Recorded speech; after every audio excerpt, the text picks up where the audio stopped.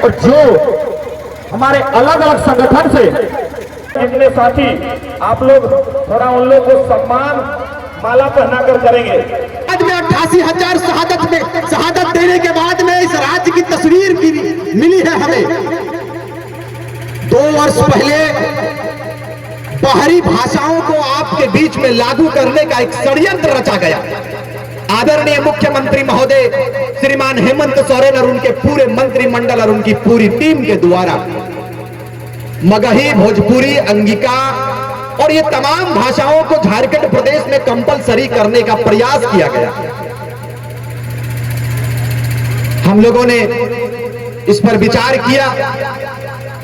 धनबाद की धरती से, बोकारो की धरती से कुछ लोग आए, कुछ स्टूडेंट्स आए, कुछ छात्र आए और हम लोगों ने विचार किया कि झारखंड हमारा है। इस सरजमीन पर, इस झारखंड की माटी में हमारे वीरों ने शहादत दिया है। यहां भाषा होगा तो नव जनजातीय भाषा होगा, झारखंडी भाषा होगा। क्योंकि हम मूलवासी है, यहाँ के आदिवासी है, हम लोग इस पर विश्वास नहीं, हम लोग इस पर मोहर नहीं लगने देंगे। अंत में हम लोगों ने निर्णय लिया, पुतला दहन का कार्यक्रम हुआ और मुख्यमंत्री महोदय ने कहा कि 1932 गैर संवैधानिक यह लागू नहीं हो सकता है। हम लोगों ने कहा कि लागू तो हर हाल में होगा, या तो आप रहेंगे या हम रहेंगे, ये तय झारखंड प्रदेश के लोग करेंगे, आवाम करेंगे। हम लोगों ने मेहनत किया और ऐतिहासिक हो सकता है, ये शहीदों की धरती रही है, ये शहीदों का प्रदेश रहा है। आंदोलन हमारे रग रग में है, आंदोलन हमारे खून में बहता है। हर हाल में आंदोलन होगा और फिर से उलगुलान करेंगे और उस प्रदेश को सींचने का काम करेंगे, उस झारखंड को संवारने का काम करेंगे। जिस झारखंड का सपना कभी शहीद सुनील महतो ने देखा करता था, कभी शहीद शक्तिनाथ महतो ने देखा किया था, कुतुबुद्दीन अंसारी ने देखा था, प्रोफेसर अबू तालिब अंसारी ने देखा था।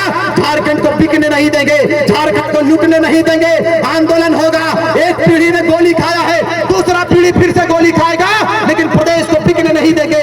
हमारी आवाज सीधे रांची तक पहुंची और अंत में इस भाषा पर विराम लगाया गया और कहा है, हेमंत सोरेन ने कहा फिर से कि हमारी पहचान 1932 का कतियान। ये कैसे हुआ?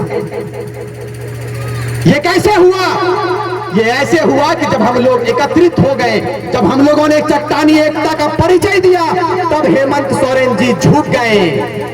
लड़ाई लड़ी जा रही हो अपने हक के, अपने हुकूक की लड़ाई लड़ी जा रही हो, जब अपने अधिकार की लड़ाई लड़ी जा रही हो, चाहे देश में रहते हो, चाहे प्रदेश में रहते हो, मुसलमानों को चाहिए कि जंग में आकर अपने योगदान को देने का काम करे। आज हमारा समाज यानी तक हमारा समाज दस्तरखान तक सीमित हो गया है। यही अफसोस के साथ कहना पड़ता है।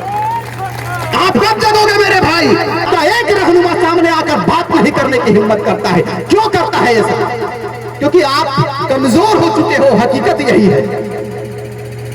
आपने सारे दारोमदार आप सीधे कह दिए हैं जो होगा अल्लाह मालिक है। नहीं, आप इस जमीन पर आए हैं तो बिरयानी खाने के लिए नहीं आए हैं मेरे भाई, दस्तरखान सजाने के लिए नहीं आए हैं। चिंता करना होगा आपको, समाज कैसे बेहतर होगा, आवाम कैसे बेहतर होगा। और आपके पीछे जो जनसैलाब आने वाला है, आपके पीछे जो फ्यूचर आने वाला है, जो मुस्तकबिल आने वाला है, उस मुस्तकबिल का चिंता कौन करेगा? मुझे बताइए, आप बताइए मुझे, आप उसकी चिंता कौन करेगा?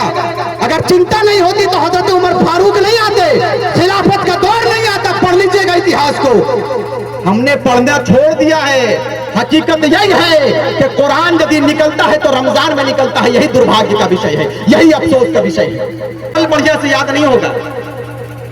आप पूछो कि सूरह नास मुझे सुनाओ, नहीं मालूम, अपने सवाल में पूछिए कि आयतल कुर्सी पढ़कर सुना दीजिए, नहीं मालूम। हम पान खाकर बिजी रहते हैं, एक सूरत याद नहीं कर सकते। चूंकि यह मुस्लिम बहुल्य इलाका, इसलिए इस बात को कहकर जाएंगे। दिल में हमने कहा था कि हश्र की भाषा नहीं लिखी है, ना ही गजल सुनाता हूं। हश्र की भाषा नहीं लिखी है, ना ही गजल सुनाता हूं। और कविता लिखनी नहीं है आती, चीखे लिखते जाता हूं। और राज्य मेरा जल रहा है, आग लगी है सीने में। हुक्मरां सब व्यस्त दिखे हैं खून गरीब का पीने में। तो हिंदू या मुस्लिम का पक्ष लाया हूं, घायल झारखंड चीख रहा है, चीख सुनाने आया हूं, चीख सुनाने आया हूं। आपको बताते चले कम समय में